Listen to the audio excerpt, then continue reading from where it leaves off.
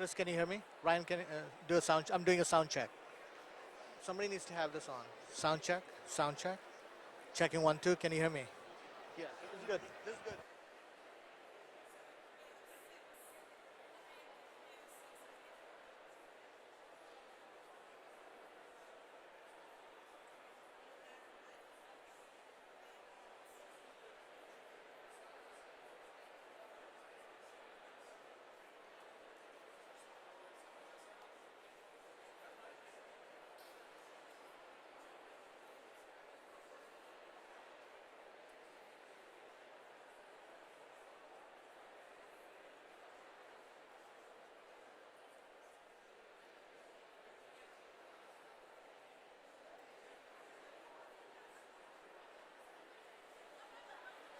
Mic check.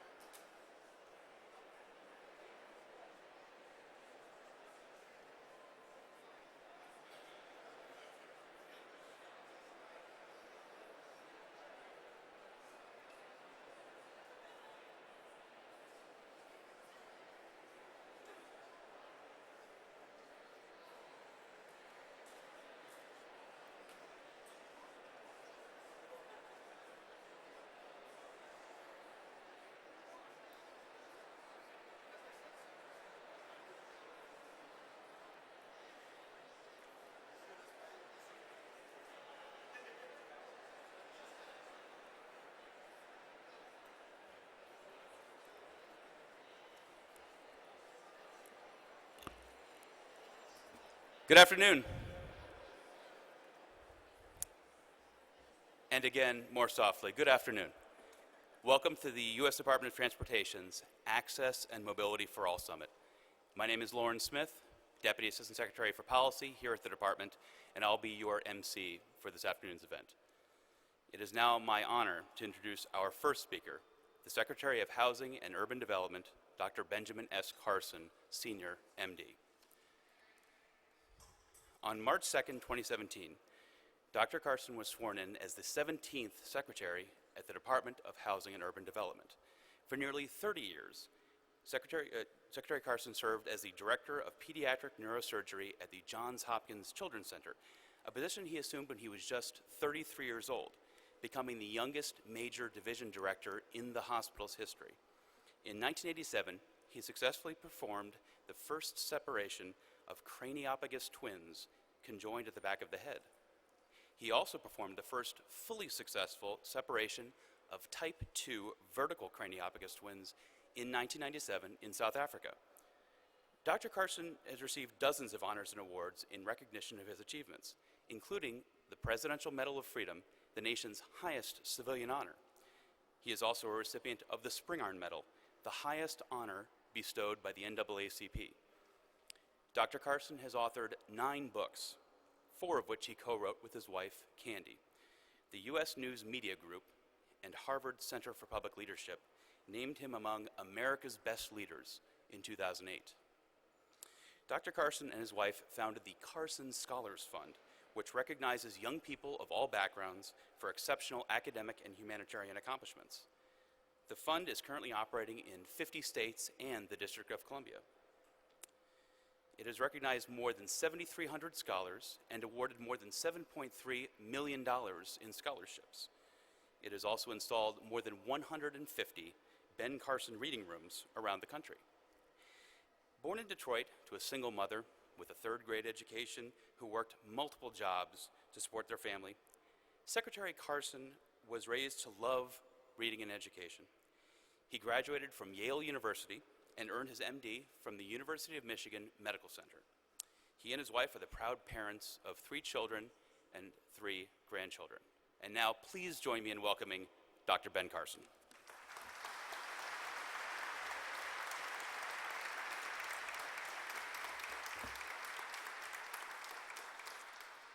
Well, thank you for that kind introduction. It's wonderful to be here at Department of Transportation with wonderful Secretary Chow and all the group here.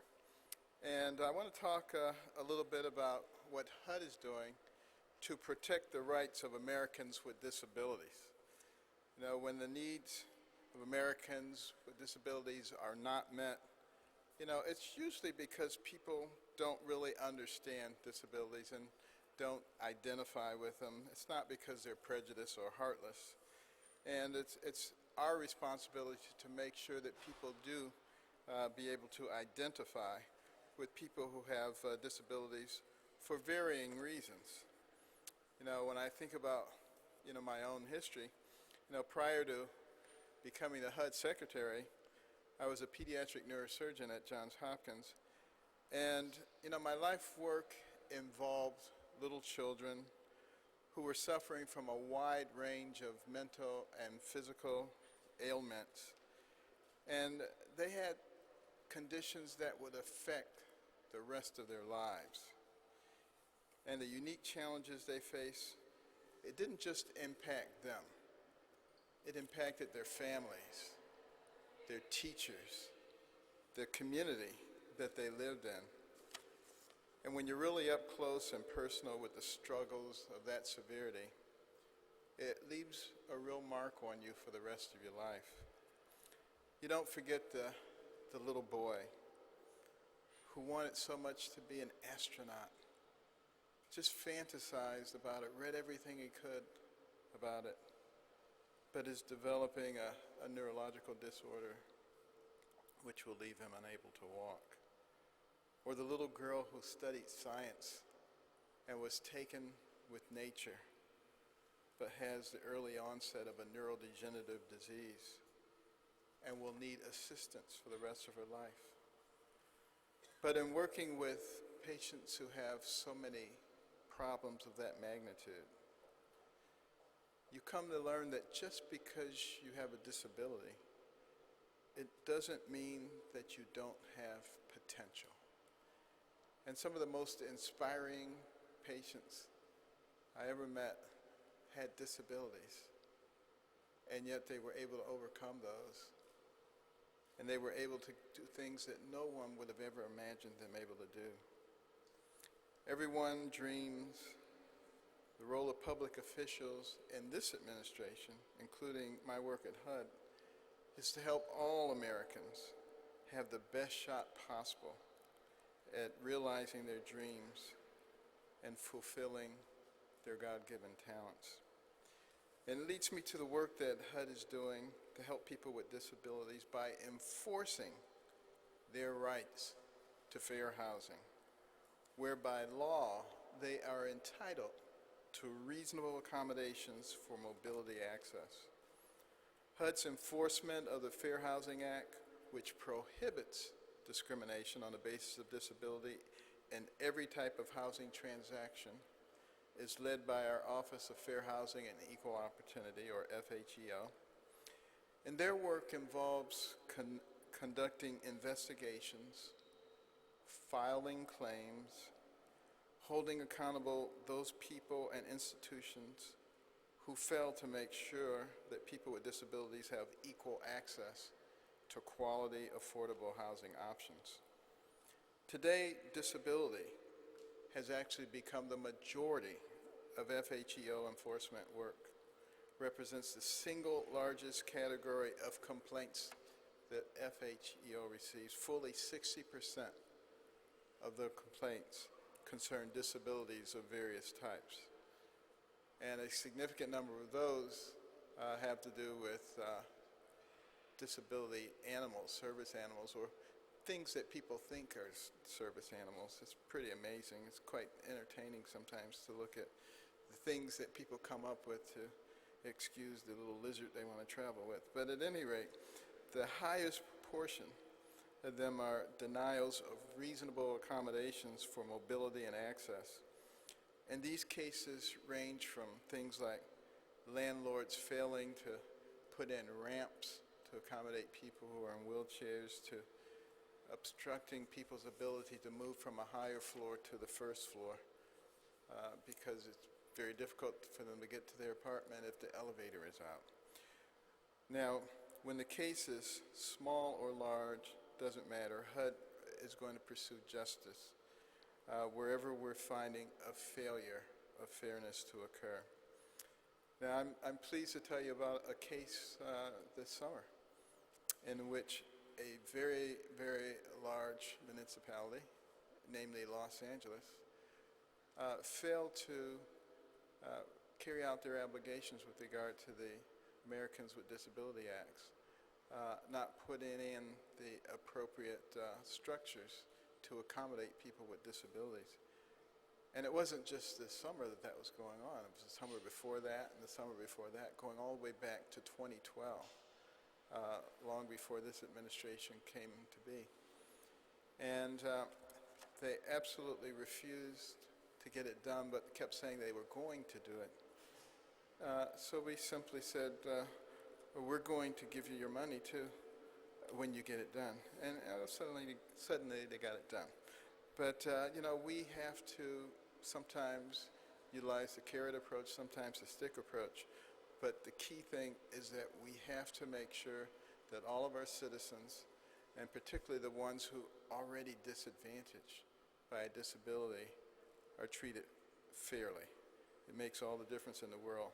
Under the terms of the agreement with Los Angeles, the city has pledged to spend approximately $200 million over the next 10 years to cure housing accessibility defects and to ensure that it meets the targets. And the city will also ensure that 15% of all newly built renovated units built with federal funding are accessible over the next decade. And that could yield at least 1,500 more accessible units. And the city's going to retrofit the existing housing development that don't currently meet accessibility standards to create an additional 3,100 accessible housing units. Took a lot of weeks of negotiation between HUD officials and city leaders to reach this tremendously impactful result. But what we have to remember is that we're dealing with people's lives. We're dealing with the quality of people's lives. And as a result of that settlement, thousands of individuals with disabilities, including those experiencing homelessness, will have equal access to affordable housing. That will make a big difference. While that settlement had a big scope and scale that was unprecedented in HUD's history, it's far from an isolated case. We see these kinds of things happening all over the country. You know, last July, HUD charged Toll Brothers, a New York-based developer and owner, construction company, and architect, with housing discrimination for failing to adequately design and construct a condominium development in Long Island.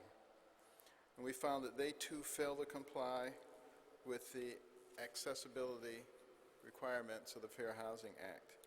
For example, the Fair Housing Act requires that multi-family housing built after March 1991 must contain a range of accessible features for people with disabilities. Things like accessible bathrooms and kitchens, wider doors, environmental controls. How many times have you gone to a place and the thermostat is too high to reach from a wheelchair? Any failure to include these features is unlawful, makes the property difficult or impossible for people with disabilities to use. Now, in this case, HUD received a fair housing complaint filed by a resident of the condominium, which alleged that the developers and architect had designed something with numerous inaccessible features. And we took that complaint seriously, promptly conducted an on-site inspection, discovered extensive design and construction deficiencies. And since our fair housing laws were put into place nearly 2 decades ago, it's really inexcusable for developers and construction professionals to fail to build things to accommodate people with disabilities. And you can always expect to hear from us when people do something that's inappropriate. I hope these actions convey how determined HUD is to preserve and protect the rights of all people, and especially people with disabilities. As with all initiatives central to HUD's mission, our work in this area is never over. And our teams start each day with vigilance we had yesterday, and we'll never let up on that vigilance tomorrow. And that's really the key to building a brighter future where all Americans have access to the American dream. We're making a lot of progress with disabilities. Biomedical engineering, the various types of prostheses that are being brought out. But the place where we really need to make progress is in our understanding of people with disabilities and in the compassion. And how do we build communities that take into account what's happening to them? And how do we present the appropriate opportunity for people with disabilities? I was recently in Salt Lake City, and they were building a complex in an opportunity zone with a specific focus on people with Down syndromes and wraparound services that would help them to become independent. Those are the kinds of things that really warm our heart. Creating opportunity and creating community. What do those 2 words have in common? The last 5 letters, which is unity. And isn't that what we need in our country today? Thank you very much.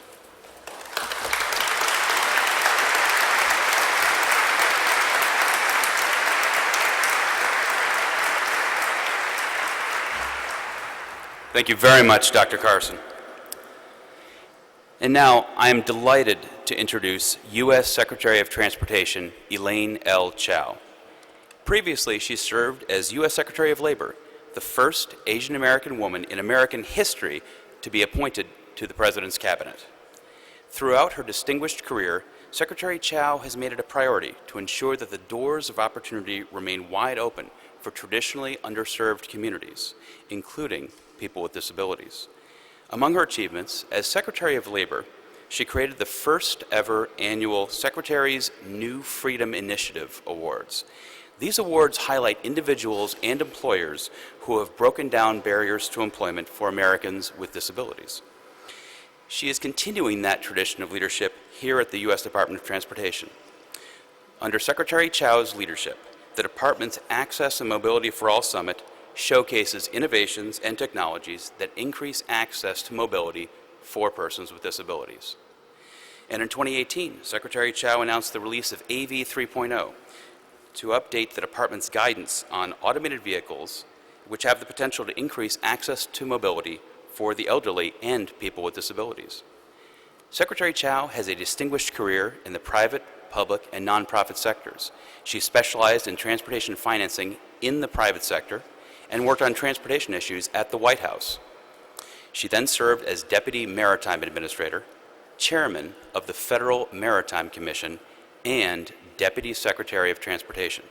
In addition, she has served as the President and CEO of United Way of America and Director of the Peace Corps. Please join me in welcoming Secretary Chao.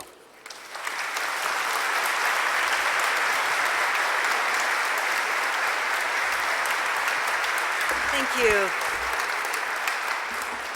We want to thank Lauren Smith for his leadership in putting all of this together. And so, Lauren, in front of your peers, let's give Lauren a tremendous round of applause. Thank you.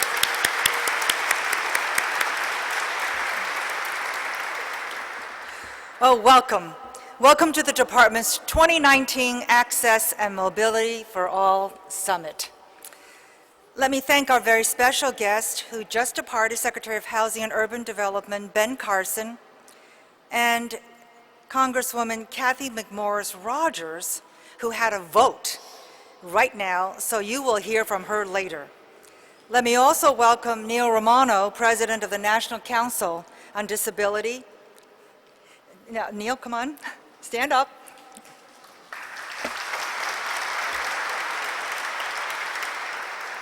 David Capozzi, Executive Director of the U.S. Access Board.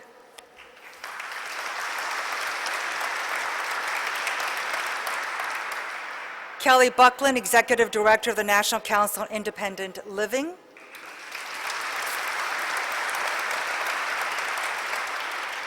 Maria Town, President and CEO of the American Association of People with Disabilities.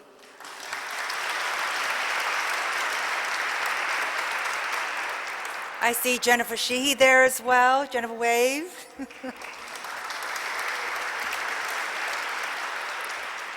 I also would like to acknowledge the presence of several senior leadership people who are here. Acting Department of Transportation Deputy Secretary and General Counsel Steve Bradbury.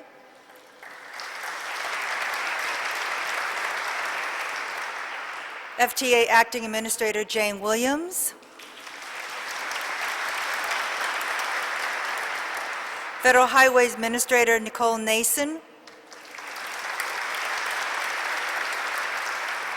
Acting NHTSA Administrator James Owen.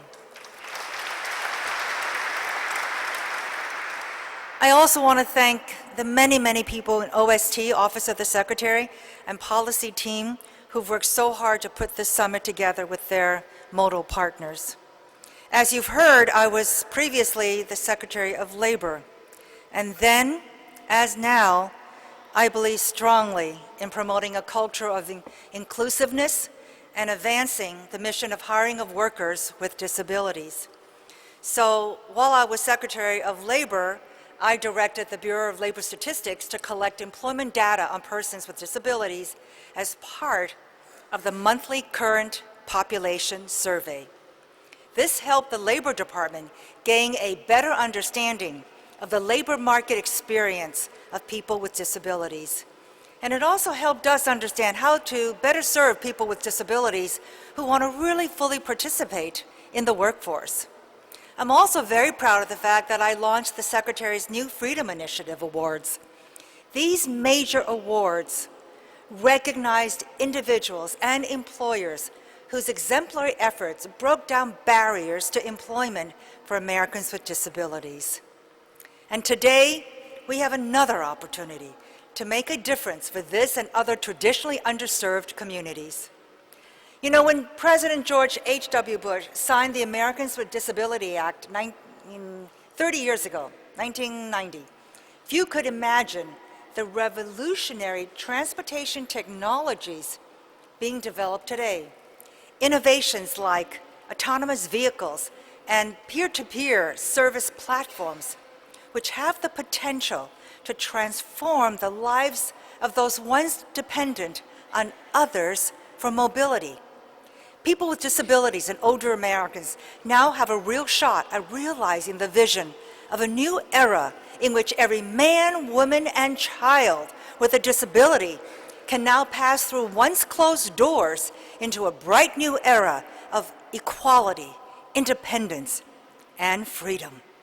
And that's why we're all here today, to ensure that the revolutionary new technologies being developed will help create a more inclusive transportation system for everyone. And the three pillars of the department's approach to mobility access and inclusion are: 1, engaging in new vehicle technologies; 2, increasing mobility services; and 3, helping to make inclusive transportation options more affordable. So let me share with you 5 major initiatives that the Department of Transportation is undertaking to help make inclusive transportation a reality. So as a first step, we've jump-started the federal government's interagency process, the Access and Mobility process. So we have something called the Coordinating Council on Access and Mobility. And it just met for the first time in 10 years and adopted a strategic plan. I'm really proud of them. I think you could talk about that.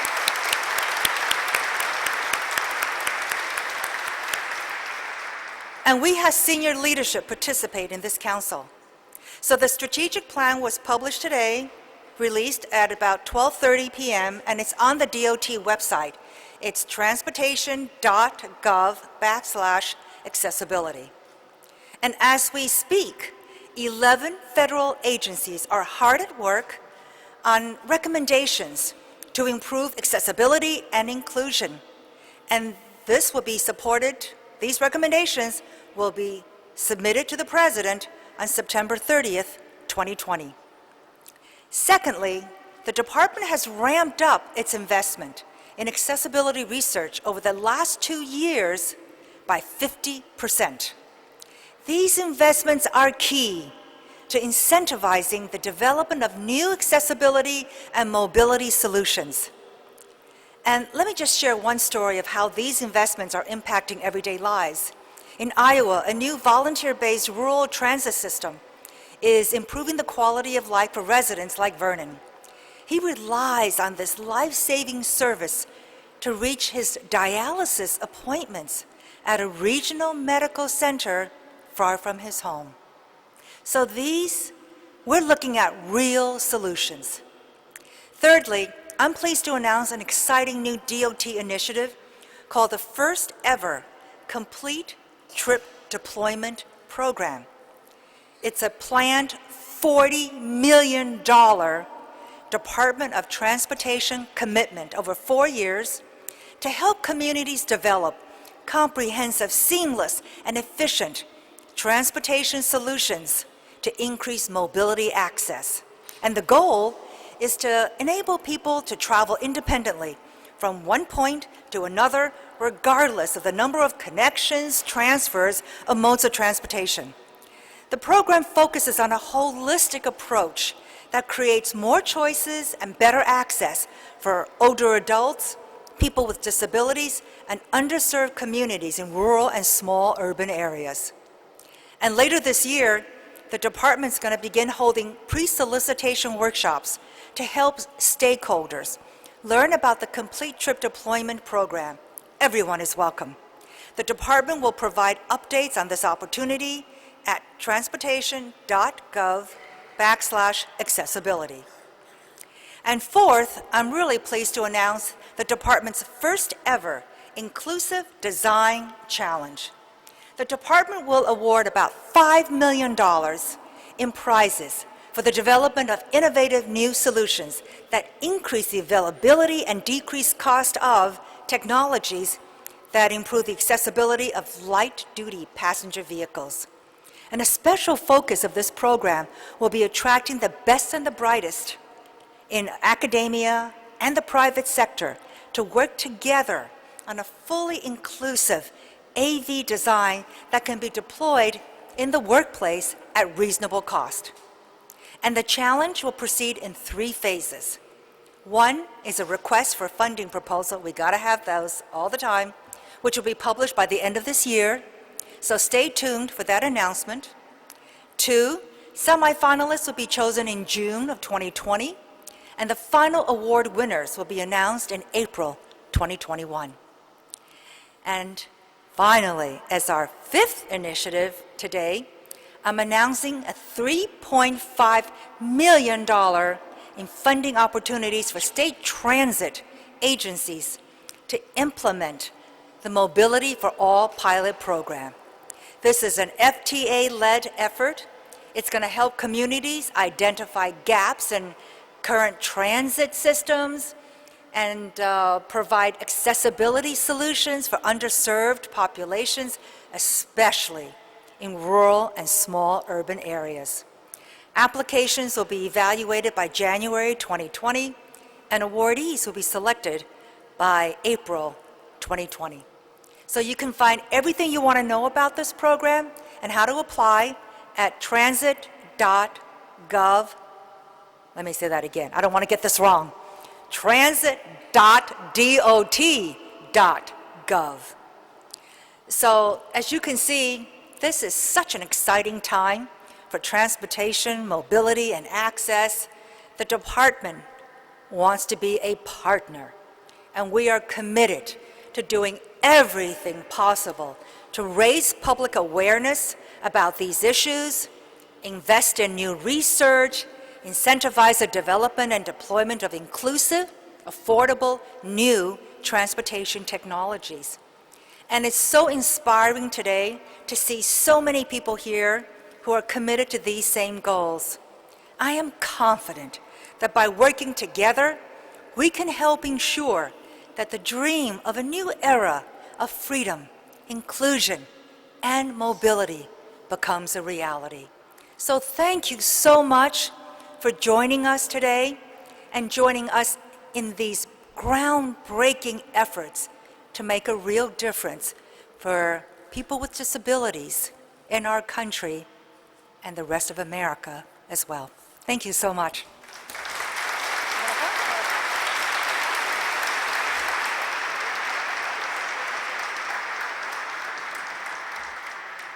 Thank you very much, Secretary Chow, and thank you for those generous comments as well. Very, very exciting. 3 major new research initiatives are going to give the department a lot of information with which to move forward on. I want to thank Secretary Carson again as well.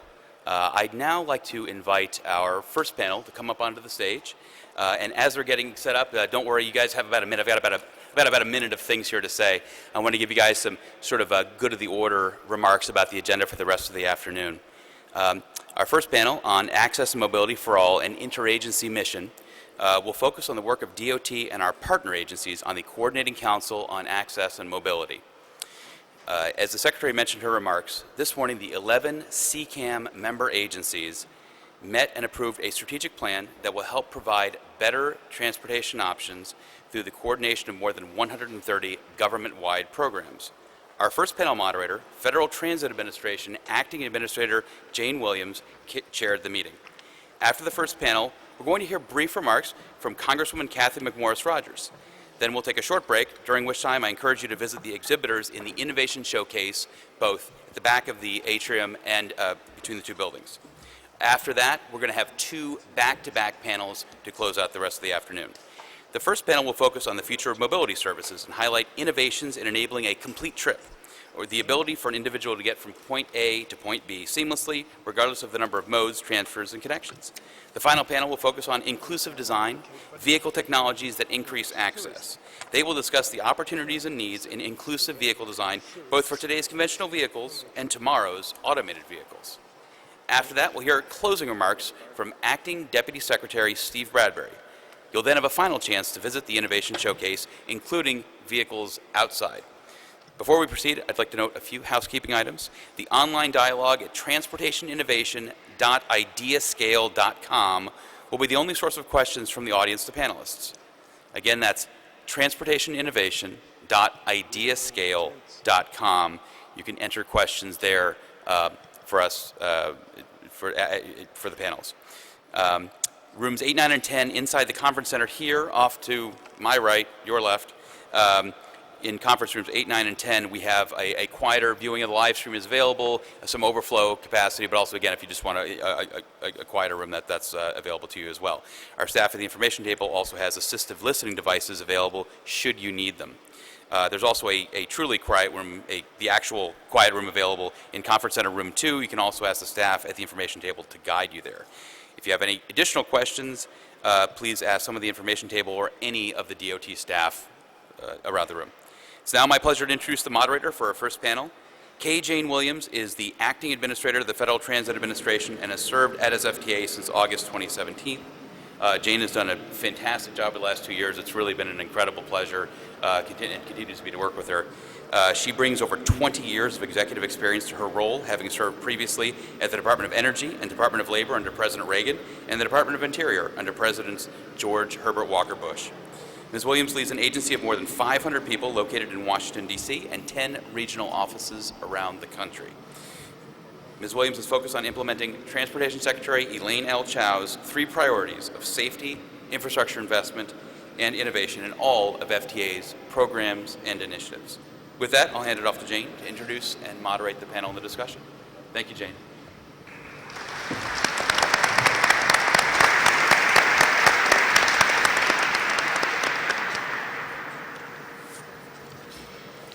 Thank you, Lauren, for that introduction, and good afternoon, everyone.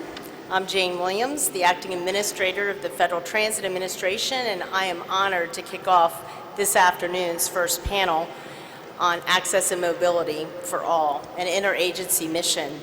And so we have some very special guests with us today. Starting here to my left is Vince Valdez. I'd ask them to introduce themselves, talk a little bit about their title, their name, and a little bit about what they do. We have Mary Lazare next to him. We have Michael Kinele. Okay, I didn't destroy the name there. We spent some time this morning on the CCAM initiative that the Secretary spoke about earlier. To his right, I have Neil Romano. And then on the end there is Jennifer Sheehy. So if you guys would take a moment, we'll start with Vince. Absolutely. Thank you very much, Jane. And I'm actually not a guest. I work for Jane. My name is Vincent Valdez, and I'm the Associate Administrator for Research at the Federal Transit Administration. It's a great privilege to be in that position because I feel that I'm really at the nexus of an incredible sea change in public transportation and transportation writ large. I have the privilege of leading a program of active projects that really explore accessibility, mobility, from basically tooth to tail, from vehicle to infrastructure to the mobility practices that are really kind of revolutionizing how transportation is being offered across the map. Our program is really focused on public transportation, but we also recognize that public transportation is part and parcel of a greater system, of an overall network of transportation options, and that our responsibility is to think about optimizing that transportation resource to all travelers, riders, people who are navigating as pedestrians, and certainly for older Americans, for people with disabilities, our veterans, and anyone who has needs to have access to the transportation system. So it's an honor to be here. Thank you. Good afternoon, everyone. My name is Mary Lazare. I serve as Principal Deputy Administrator at the Administration for Community Living. Our mission at ACL is to enhance the independence, health, and well-being of older adults, as well as people with disabilities across the lifespan, their families and caregivers. So transportation certainly fits quite importantly in our focus, particularly as we address assistive technologies and how they help people to access transportation. We also have, at ACL, we are chairing a multi-agency task force. As Secretary Chow just mentioned, employment is so important. We chair a task force that includes 11 different federal agencies, all looking at increasing opportunities for people with disabilities in employment. Without transportation, we shouldn't talk too much about getting people into employment. So we know how important that is. Just last year, through many of our programs, over 20 million rides for older adults took place. Over 2.3 million rides with assistance took place for people with older adults that needed assistance. And through the Centers for Independent Living, a variety of services, over 17,000 people were assisted with either transportation management, transportation training, even receiving vouchers. So there are a lot of different ways that we have been working with FTA for many years, and look forward to many more and sharing in this panel this afternoon. Thank you. Great. I've been asked to ask the panelists to speak closer to the microphones. Sure. All right. So good afternoon, everyone. I'm Michael Akinyele. I'm here from the Department of Veterans Affairs, where I am the Chief Innovation Officer of the department, as well as the Acting Executive Director of VA's Innovation Center. It is a pleasure to be here with you all to share about some of our work and to really talk about the future of innovation at the department. So a lot of what we are doing right now as part of the Innovation Center was actually part of the Mission Act that was signed into law by President Trump on June 6th of 2018.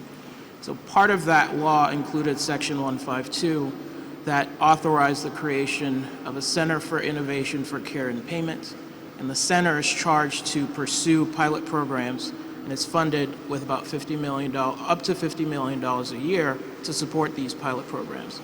The initiative that we're pursuing is really about moving our system towards value-based care and payments, and doing it in a way that's truly unique to our agency and really the unique needs of our veteran population.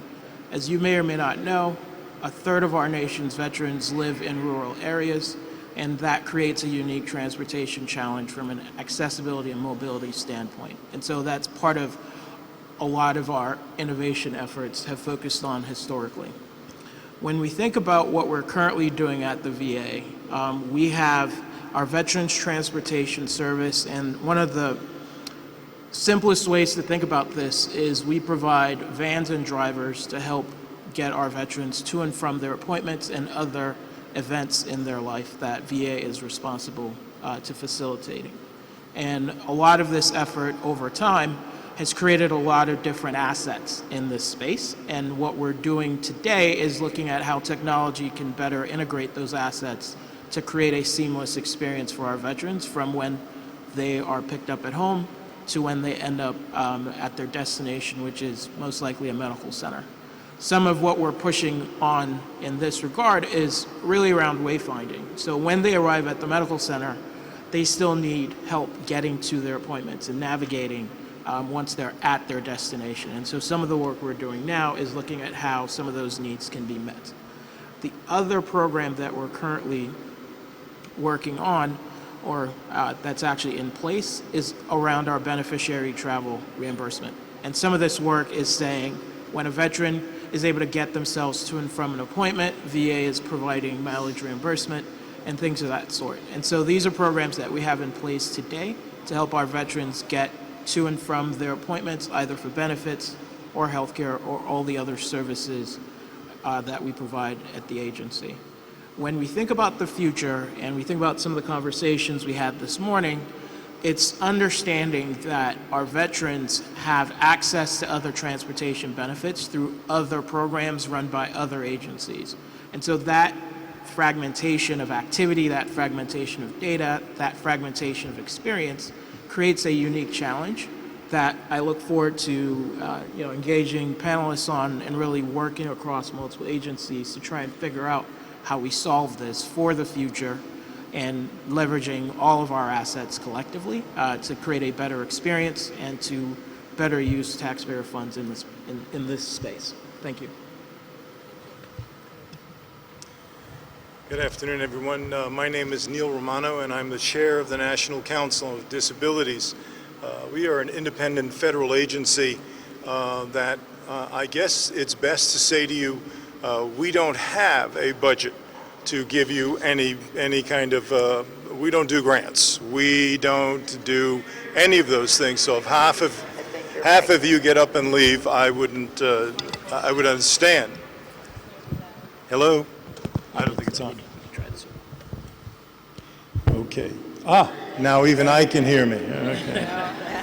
I thought people were already responding to my comments. I'll start again because I genuinely feel you should hear those golden moments.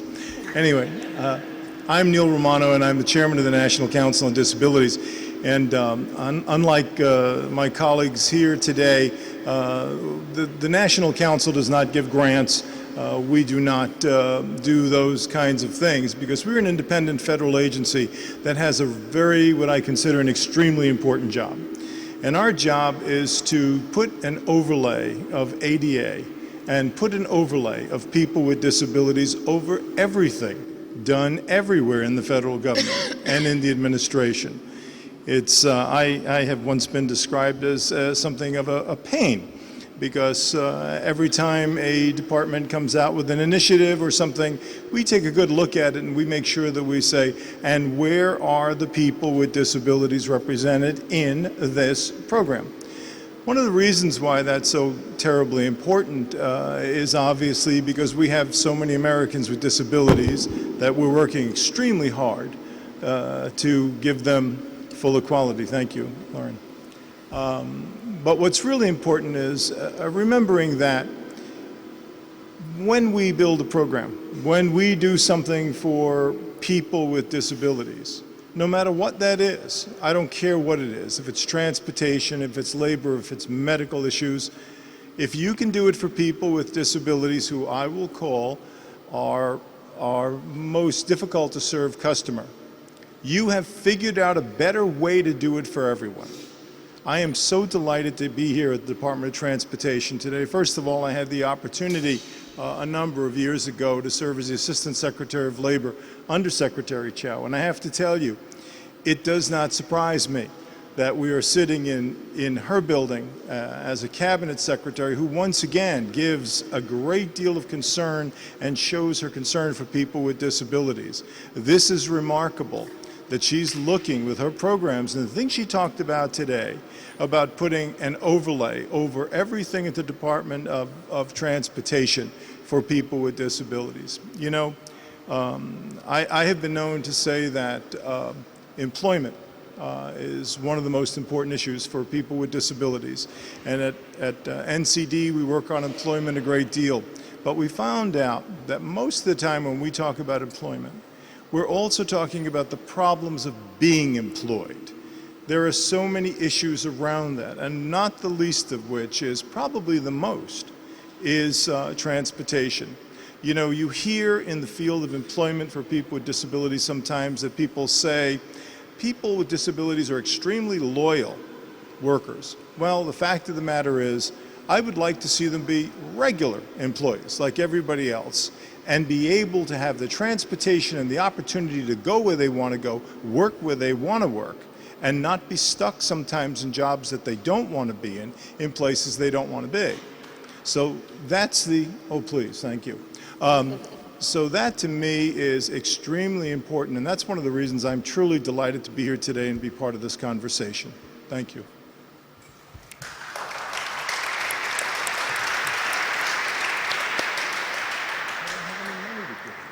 Good afternoon, everyone. I'm Jennifer Sheehy. I'm the Deputy Assistant Secretary for the Office of Disability Employment Policy at the Department of Labor. And I do want to thank Secretary Chow. She was my boss in the early 2000s, and it is wonderful to see that her commitment to people with disabilities is really gaining a lot of traction. I guess we can use a lot of transportation analogies today. And really just doing so much with all the work that she's been in the last 15 years. I run the Office of Disability Employment Policy. We're a small federal agency that looks at policy solutions that help people with disabilities be successful getting into jobs, remaining successful and productive and happy in jobs, and advancing through their careers. In order to do that, we work with our sister federal agencies like the Department of Transportation. We've worked with DOT for many years, and including helping with this national dialogue that is running right now, and lending Lindsay Teal, our wonderful policy advisor, with the emphasis on lending, Lindsay, to the Department of Transportation. But I know she's enjoyed it, and I know she's contributing, and we're happy to have that kind of partnership with them, and want to thank Lauren Smith and Finch Fulton for their leadership and working with us on this issue too. We also work with states to help them implement policies that can increase employment for people with disabilities, and we work with employers. One of the things that I love about the time right now is that the amazing low unemployment rate for all people is really driving employers to our office to help make sure people with disabilities can be hired. Many times the barrier is not getting the job, it's getting to the job. And employers are our new advocates, helping us in trying to make changes and look at policy solutions for transportation to get to work. We love that.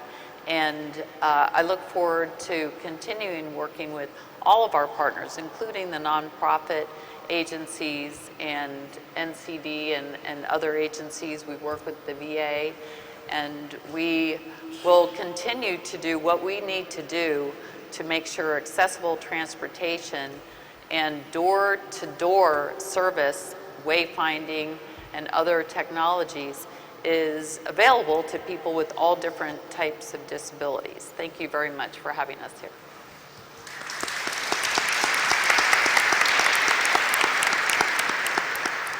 Thank you, everyone. As you can see, we have a very esteemed panel of guests here. Now let's begin with our first panel question. So this is going to all of you. Let's start with the importance of transportation. To Jennifer's point, it connects Americans with their communities, leading to stimulation of the economic opportunity and individual growth. What innovations has your agency undertaken to enable interagency coordination and promote more efficient transportation for people with disabilities, older adults, and people of low income? We can start wherever you would like. I'll take a leap at it. Okay, All go right. ahead, Vince. Yeah, I'm very proud to say that our program and the work we do.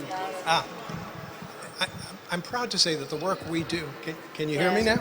All right. Is that better? We know this one. All right, and I'll lower my voice. No, keep it up. Okay, keep it up. Okay. The green one works. Lauren works. Green one works best. All right. We'll pass it along. We'll be passing this along, and it does work. I can hear it up here now. I'm very proud to say that really the idea of the societal outcomes for transportation are baked into the DNA of FTA, whether it's our programs or our research. You heard the Secretary's vision, Jane's vision for complete trips, for the idea that people travel for a reason. People travel to go to school, people travel to go to work, for medical appointments, and we've really focused our research program on accomplishing that. Back in the day, perhaps the Mobility Sandbox, which you all may be very well aware of, the latest iteration that we put out in May, which is the Integrated Mobility Initiative, thinking about, again, concepts of operations supported by the right technology to think about how to provide a complete travel chain for each individual depending on what their needs are and answering their requirements for transportation.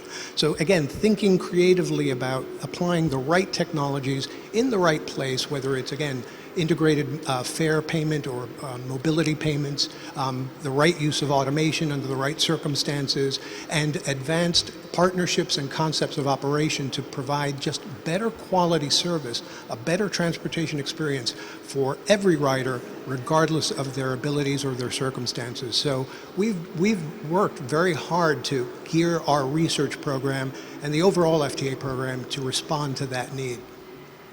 Great. We'll pass this along. At ACL, let me mention a couple of innovative things. Number one, I announced this morning, so I want to share that announcement with all of you this afternoon. For states and community-based organizations that apply through 5310, 5311 for federal transit grants, ACL has for years allowed Older Americans Act dollars to be used as a match. If they were transportation funds, they could be used as the match. So our wonderful staff at ACL has met with the Office of General Counsel at HHS, and we can share with all of you that any HHS funds that are received and used for transportation will qualify as your match for federal transit funds. So consider how this will open up many more opportunities for people to access transportation planning, managers, vehicles, and the like. So that's one thing that we can certainly add. Thank you, HHS.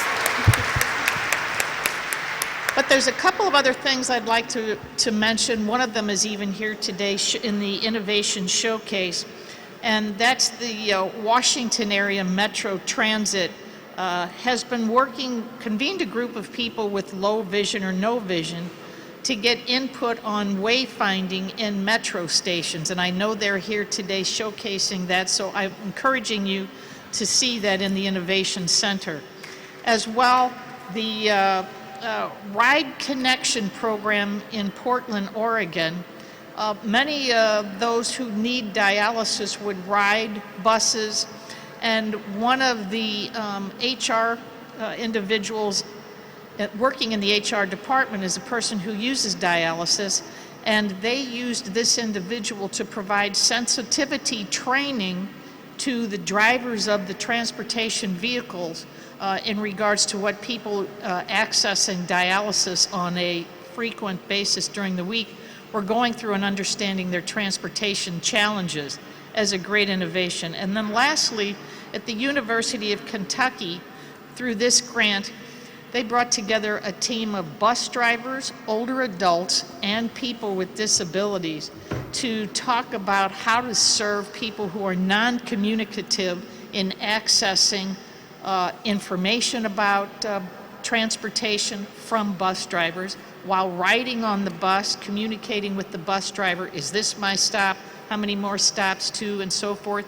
And through that innovation, it's providing far less frustration and more seamless transportation opportunities for people hard of hearing. So I congratulate our team, certainly Laurie Gerhardt, I'm going to mention, as our ACL expert on transportation, and applaud all of them. As well, our Neidler research arm at ACL provides many innovative AT technology and access points for people with disabilities and older adults as yet another innovation. So thank you.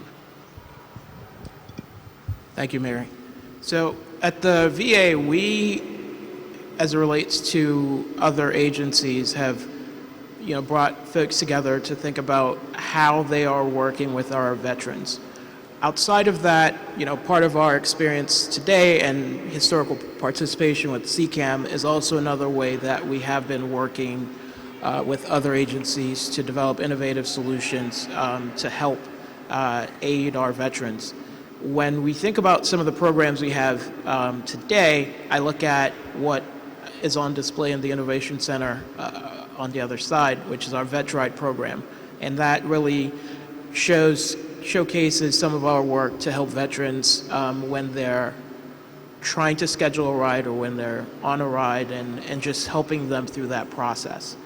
When I think about the future, the vision that we started discussing today, that I think has been around for a while, is thinking about how we can integrate funding sources across all the programs that are tied to an individual, and hopefully come up with a population-based payment for transportation. And that, we hope, could incentivize a seamless, complete trip across several modalities. This is a unique challenge for us at the agency, primarily because we have operations across all 50 states, surrounding islands, and international countries. And so when we think about facilitating the transportation needs of our veterans, it's across all of those different environments. When you think about getting someone care in Guam and having to move that individual from Guam to wherever the care is, I think a lot of work still needs to be done to just understand the resources that are available to that individual at the state level, at the federal level, even on the commercial side. Because if we can integrate the funding, I think there's an opportunity to incentivize new operating models, new delivery models that can actually accelerate the pace of change, solve some of these problems, solve some of these challenges, and develop a better experience. And that's what this is really about. So we have a lot of things going on today, but I think a lot of work is still required to not only better understand what these programs are, but who is supported, how are they supported, and what can we do to better align those resources so that we are, good stewards of taxpayer dollars and actually delivering the enhanced benefit as much as possible in all scenarios. Thank you.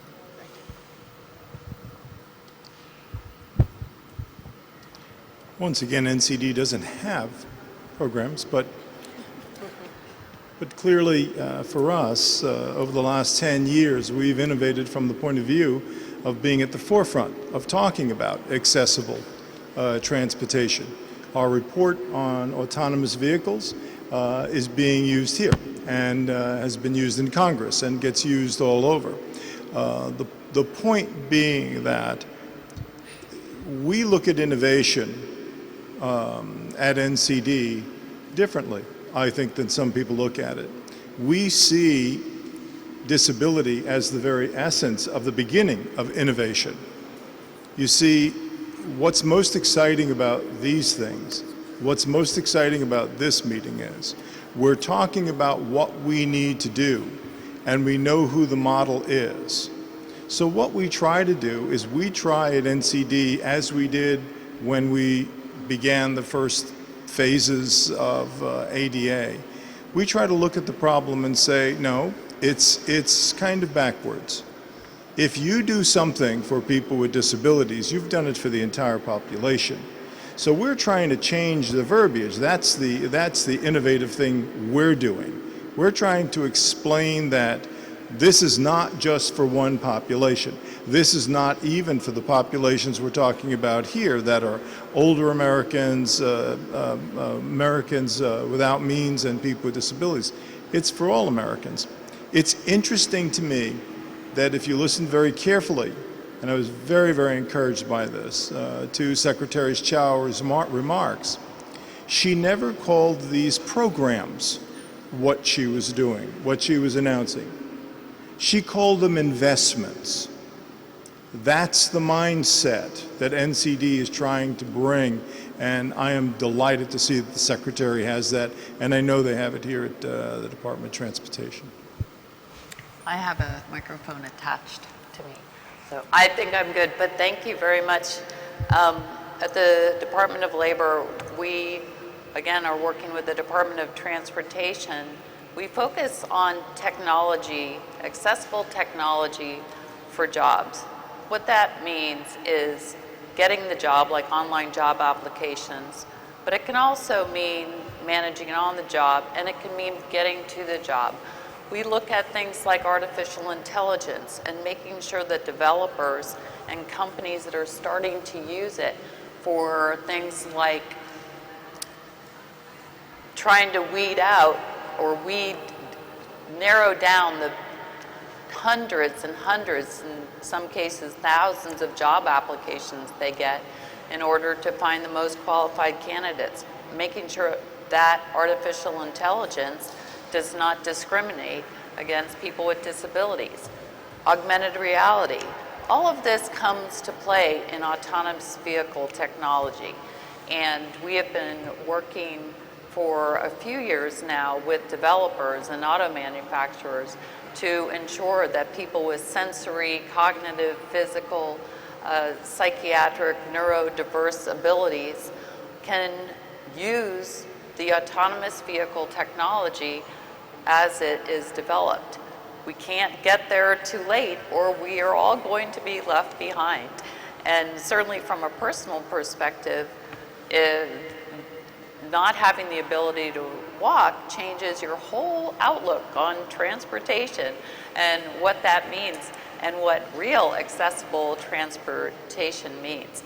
And like Neil said, if you make an autonomous vehicle accessible for someone with autism who is not comfortable getting in a car and using some of the controls that may be required, or the environment in the car adds stress to that person and how to use it, you're going to make it more user-friendly for the entire population.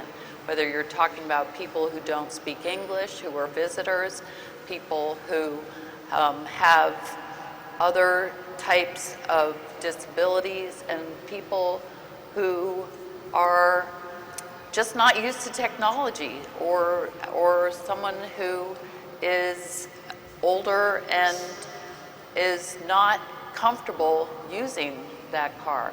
And the same goes for people with limited physical abilities in using the cars. You're going to make those cars more user-friendly for young people, children, they call them, I think, children using autonomous vehicles. And believe it or not, children may be using them by themselves. There are going to be all sorts of safety enhancements in cars so that they are safe and protected modes of transportation for even children.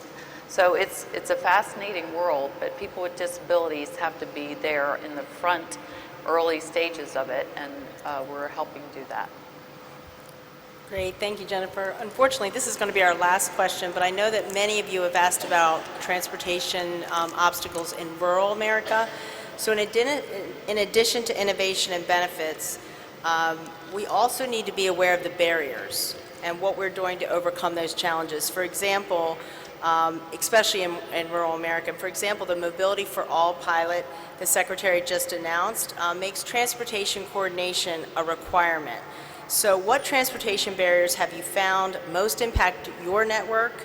And can you share with us a transportation coordination success story or a promising practice that your agency would like to see replicated? Specifically, if you can tailor it to rural America, that would be great. And thank you. This will be our final question, unfortunately.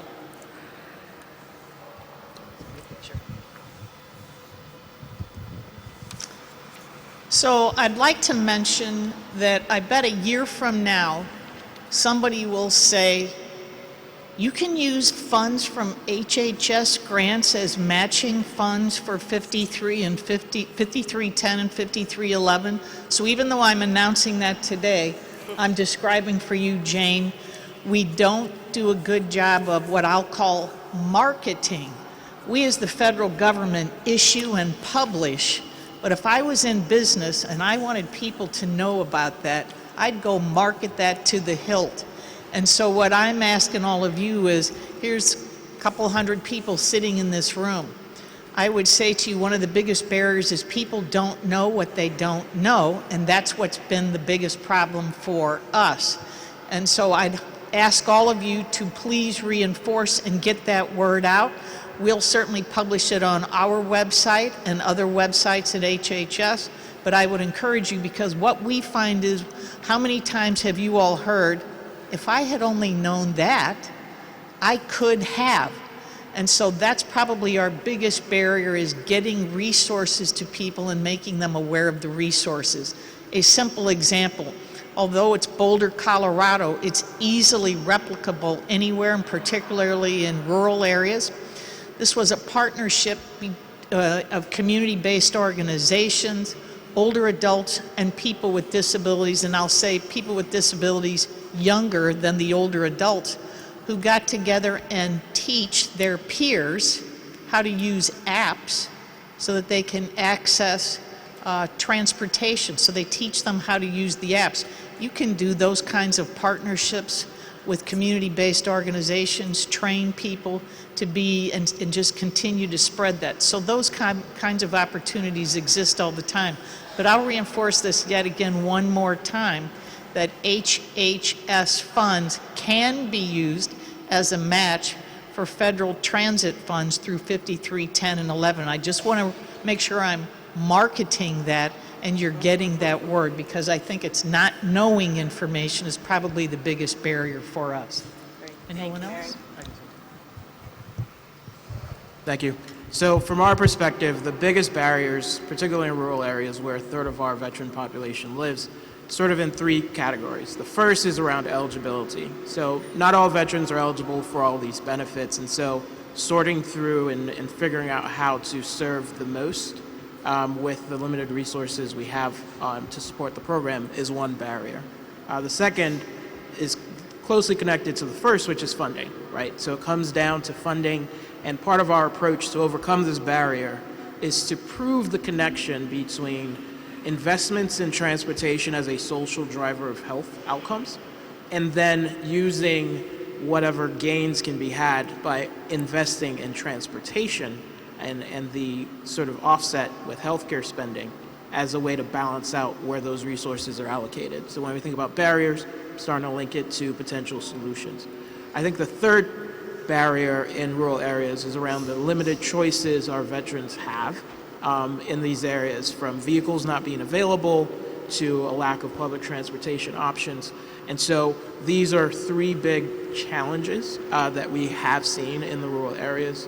And some of our success stories in this space is around partnerships with organizations such as veteran service organizations, where they're helping us meet some of the needs by providing vehicles to help our veterans get from where they need to go, from their homes to where they need to go. And so it's about partnerships, it's about leveraging resources available at the local, national, and state level, and figuring out how to best meet the need is what I can think about at this point as a success story. Well, thank you. I think from the public transportation space, I think one of the major barriers that we're working to solve is really simply access to really reliable information. What are the headways? What are my route options? What information do I need in order to be able to reliably take a trip in public transportation?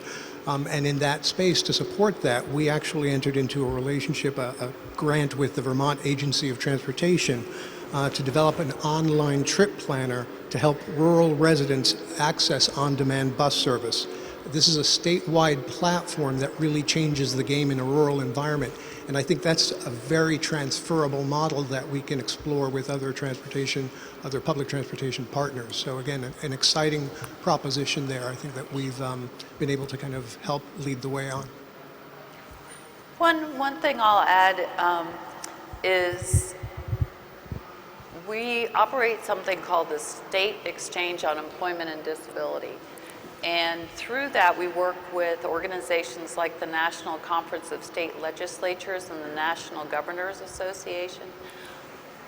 Going back to the problem of lack of information or understanding of what might actually be out there, we do survey states to find out where those best practices are. And then we help states adopt policies in order to make those practices a reality in another state. Transportation is one of those issues that states come to us, every state that comes to us wants to know more about. So we have looked at some of those best practices and worked with states to get the policies implemented that make those possible. And happy to tell anyone interested and more about it if you want to follow up. We're good? Great, thank you. And thank you all for sharing such candid responses and your impactful stories of your own environments where you're meeting the demands of your customers. We really appreciate that. And please join me in thanking our panelists, everyone.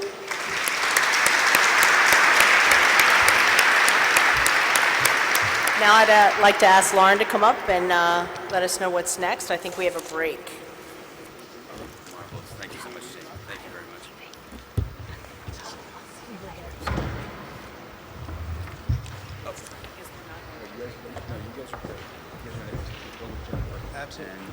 Thank you. Marvelous. Thank you. And now, everyone, as I mentioned, I did promise a break. We're going to be having a break in a few minutes. But right now, I want to introduce Congresswoman Cathy McMorris Rodgers, who I'm very excited to welcome to the U.S. Department of Transportation. Congresswoman Cathy McMorris Rodgers is serving her 8th term representing the 5th Congressional District of Washington State.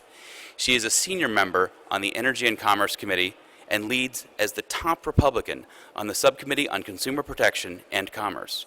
Her subcommittee has jurisdiction over most issues that are building our 21st century economy, including autonomous vehicles. Cathy is a mom of 3 and an ability advocate for her son, Cole, who has Down syndrome. She led to ensure the Tax Cuts and Jobs Act was written with families who have children with disabilities in mind.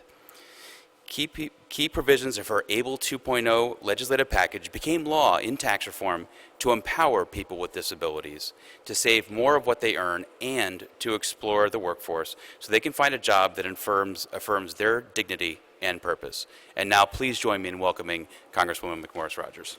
Thank you. Thank you very much. Nothing like being the person between you and your break. But good afternoon. It's great to be here, and it's great to see such a big crowd.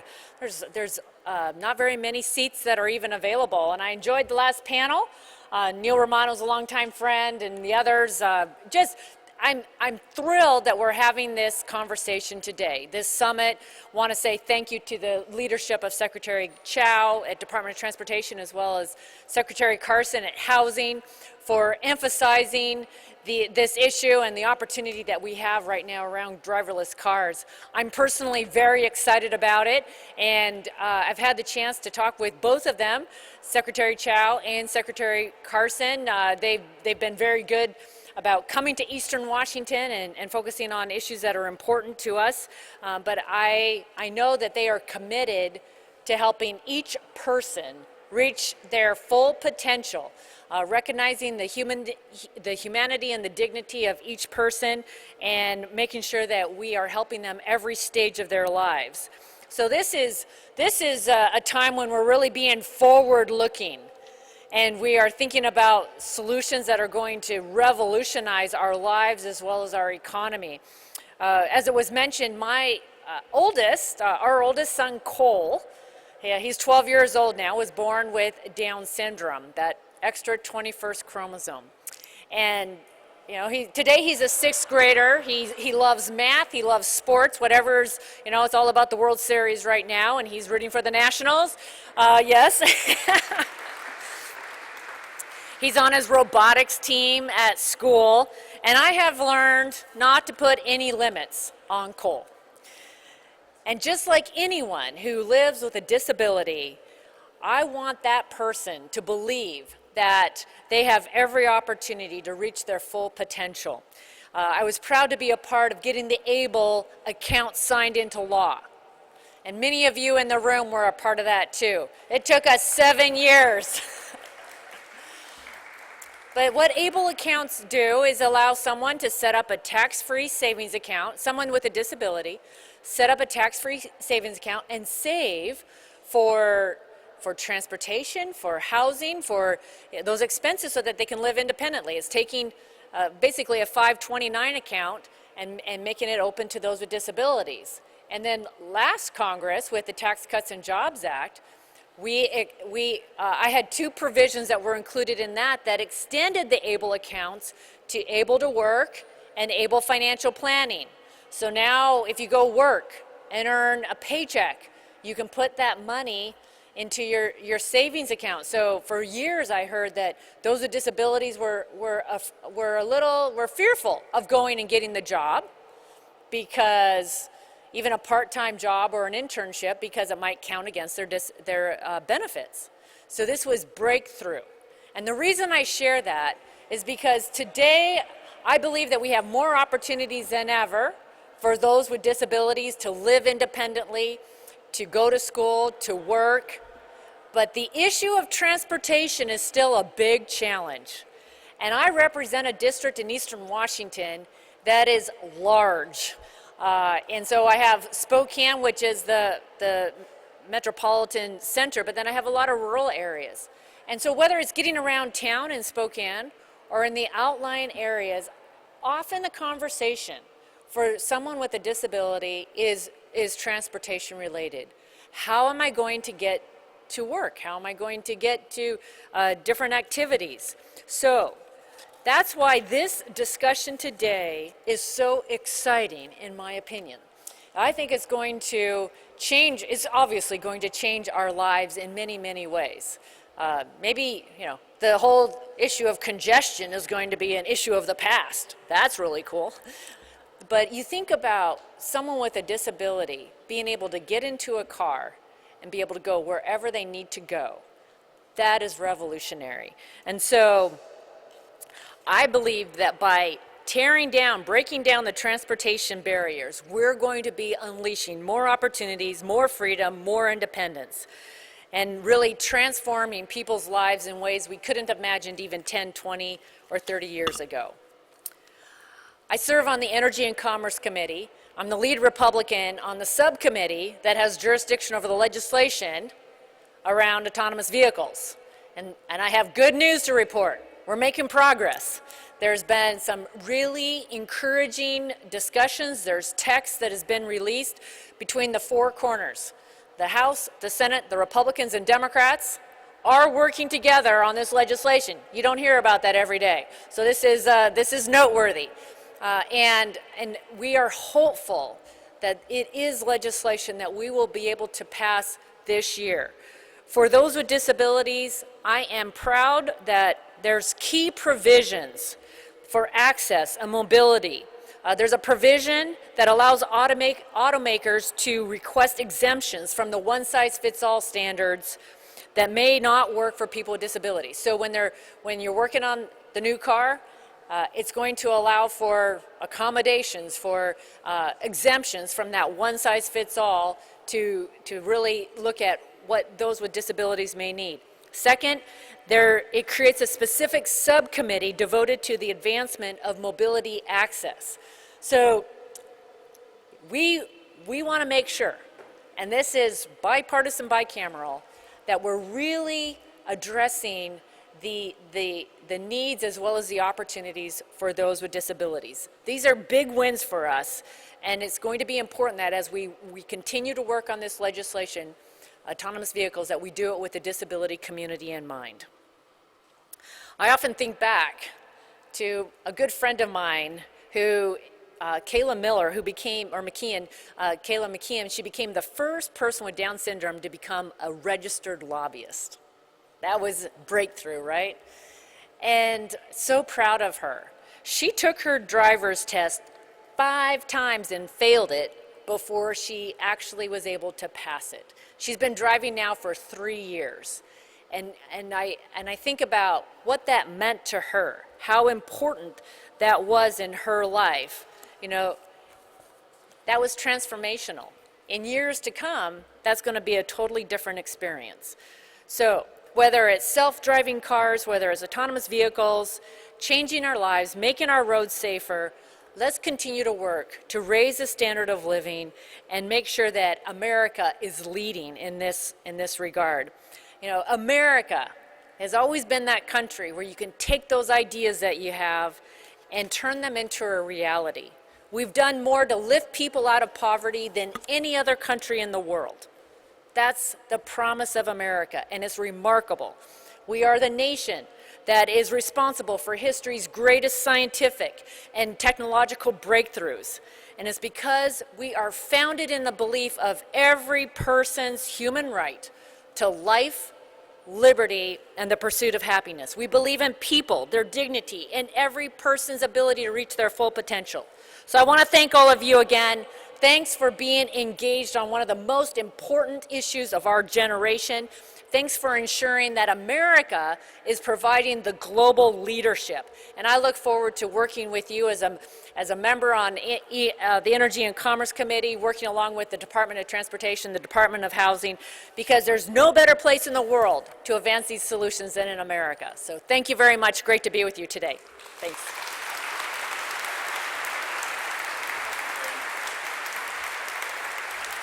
Thank you very much, Congresswoman McMorris-Rodgers. All right, folks, now we're going to have that break that I promised. 10 minutes. 10 minutes. It's going to be a little bit of a skinny 10 minutes. We're running a little behind schedule this afternoon, but please avail yourselves of any facilities you might be interested in. Also, the Innovation Showcase behind the curtain at the back of the atrium. We do have a number of exhibits looking at different aspects of accessibility technology and other items. So we'll see you back here in just a few minutes.